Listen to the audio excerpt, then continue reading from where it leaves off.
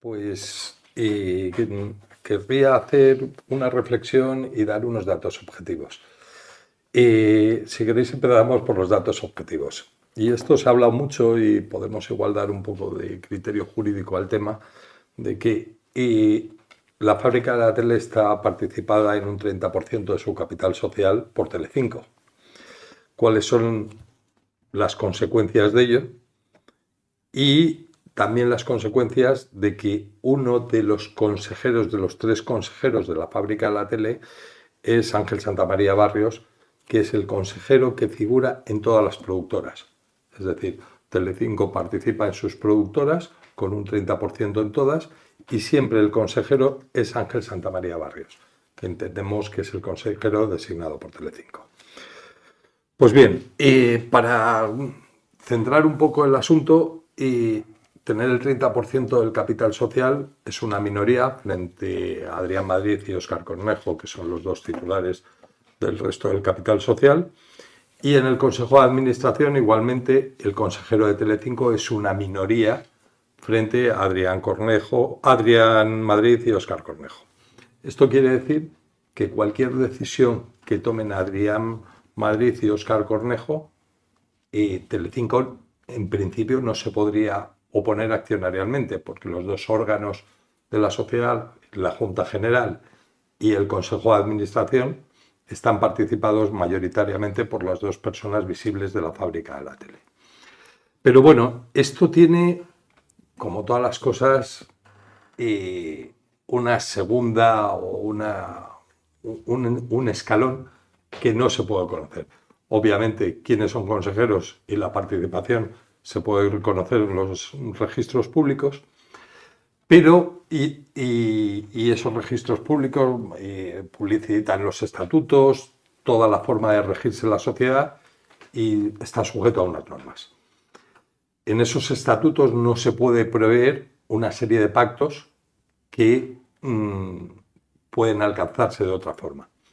Y esto, donde quiero llegar, es que obviamente se ha hablado mucho si Telecinco podría hacer Sálvame en otra cadena, se habla de Televisión Española y estas cosas. Obviamente, como tienen mayoría en el Consejo de Administración y en la Junta de Partícipes, podrían hacer un programa en cualquier cadena. Eso en principio, porque además la ley de sociedades de capital prohibiría un pacto estatutario en contra de ello. Pero obviamente todo en derecho tiene una segunda vertiente. Y es una cosa que se llama pacto de accionistas. Es un pacto de accionistas, es un documento privado entre los socios de una sociedad donde se regulan otras cosas que no pueden figurar en los estatutos sociales. Y ahí ya entramos... Explica un poco qué son los estatutos sociales. Bien, los estatutos sociales es las normas que generan los accionistas, que se aprueban en junta y que regulan el funcionamiento de la sociedad. Pero esas normas están delimitadas por la Ley de Sociedades de Capital y además están supervisadas por el registro mercantil, que cuando no se acomodan esas normas no se pueden inscribir, ¿vale? Además, en estos casos que es relevante, son conocidas por todo el mercado, por la competencia, etc. Por absolutamente todo el mundo. Pero luego puede haber un pacto de socios, que ese no es conocido, no tiene acceso a ningún registro público, pero vincula a los socios. ¿Por qué? Porque un incumplimiento de ese pacto de socios al final es un contrato y determina unas indemnizaciones. Incluso algunas veces se prevén esos pactos de accionistas. Pues bien, y ya entramos fuera de los hechos objetivos en lo que es opinión. Yo estoy absolutamente seguro que Paolo Basile, que era el CEO de Telecinco cuando se constituyeron todas estas productoras, hubiera sido un negligente si no hubiera realizado ese pacto de socios con ellos y, sobre todo, para prever que ninguna de esas productoras participadas por Telecinco pudieran hacer un programa en la competencia que compitiera directamente con un programa de los suyos. Y estoy seguro que hay un pacto de socios. Ese pacto de socios, además, estoy prácticamente seguro que preveía que solamente esas productoras podrían hacer programas para otras cadenas con autorización. que creo que es lo que debió pasar cuando la Fábrica de la Tele hacía programas en Telemadrid y demás. Esto fue el Madroño, que estuvo un tiempo. Puntualizo alguna cosa para que el público que nos está viendo se pueda tener el reflejo en el hecho.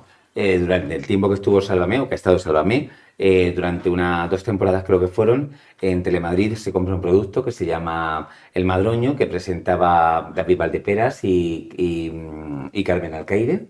Ese producto era de la Fábrica de la Tele. Ese producto termina porque llega el mundo de la pandemia y entonces esa franja deciden hacerla como televisión pública en un programa que sea más divulgativo y que se esté hablando de lo que está sucediendo en la sociedad madrileña. Cuando termina la pandemia o empieza a disiparse la pandemia, se convierte en un magazine de noche, al mismo no me acuerdo, yo estuve trabajando también allí, no me acuerdo del nombre, Juntos, perdón, es incierto, y lo dijimos la semana pasada, que la presidenta entonces, que era Isabel Díaz Ayuso, se cargase el programa de esa manera. De hecho, tan incierto como que en aquel momento se le da otro programa por la tarde que se llamaba La Redacción, que presentaba Adela González. Ese programa se retira de la parrilla no porque Isabel se levantó un día y dijo, Isabel me refiero a la presidenta, ese programa hacía entre un 0 y un 0,5 de audiencia.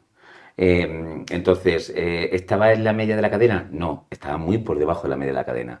Telemadrid no es ni Antena 3 ni es Telecinco, pero por supuesto no hace un 0,5 de audiencia. Entonces, esos son los datos objetivos. Y también para puntualizar, Televisión Española no creo que compre Sálvame, porque si en su momento rechazó comprar Pasapalabra, porque era un programa que estaba en desuso y era antiguo, imagínate cómo para comprar, porque eso no sé si lo hemos contado alguna vez.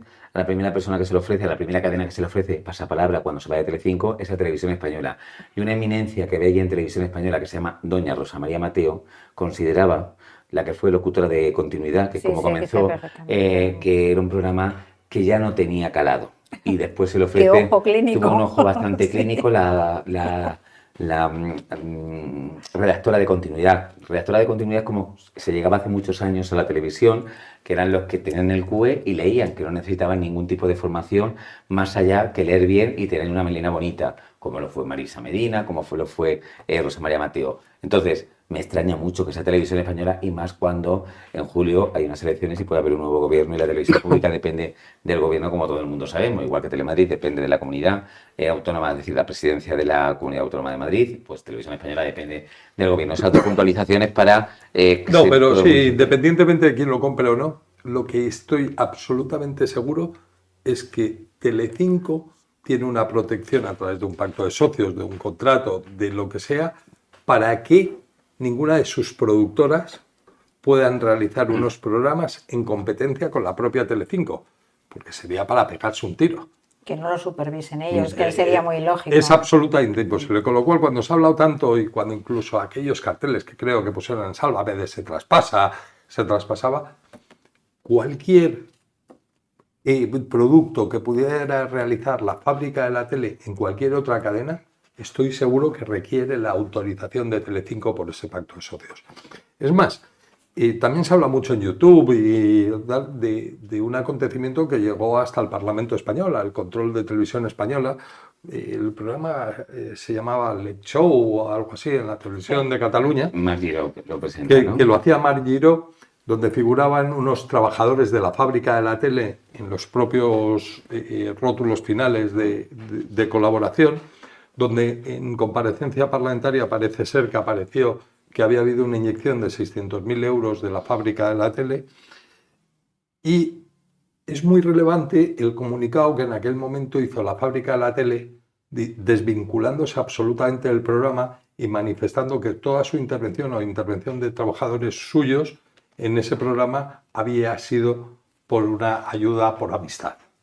Obviamente porque seguro que tenían un contrato con Telecinco, ya con un cambio de ejecutiva o de consejo de administración, y lo que no querían era en ninguna forma que se pudiera considerar un incumplimiento. Y ello luego ya se pensará si había o no, porque parece ser que la productora que producía ese programa lleva inactiva la tira de años, no tenía contenido, no tenía que trabajadores, hubo una queja respecto al trato que le daban los trabajadores de la productora a los trabajadores de Televisión Española. Pero es muy trascendente a estos efectos cómo se desmarcó la fábrica de la tele cuando aparecieron los trabajadores, cuando se habló de la inyección económica, que lo habían hecho por amistad. Es decir, eso quiere decir que hay una vinculación con Telecinco, que sin autorización de Telecinco no pueden hacer ningún programa fuera de allí.